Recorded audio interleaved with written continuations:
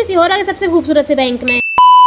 सुबह सुबह नाश्ता करने के बाद मुझे जाना था दादी के साथ बैंक, क्योंकि मेरे दादी को कुछ काम था बैंक में, इसलिए मैं और दादी ऑटो से आ जाते हैं बैंक। ये बैंक खूबसूरत मुझे इसलिए लगा क्योंकि इस बैंक के चारों ओर इतने सारे पेड़ पौधे लगे थे, यहाँ पे इतनी फ्रेश हवा आ रही थी। इस बैंक का स्ट्रक्चर ऐसा है कि इसको देखकर ऐसा फील होता है पुराने जमाने में, मतलब ये काफी पुराना है। और फिर यहाँ पे दादी का काम होने के बाद मैंने अपना सामान भी लिया, कुछ स्टेशनरी से और कुछ फ्रूट्स पैक करवा कर हम आ जाते हैं घर। और फिर मैंने आकर फ्रूट्स खाए और बारिश होने का लाइट चली गई है। Bye bye.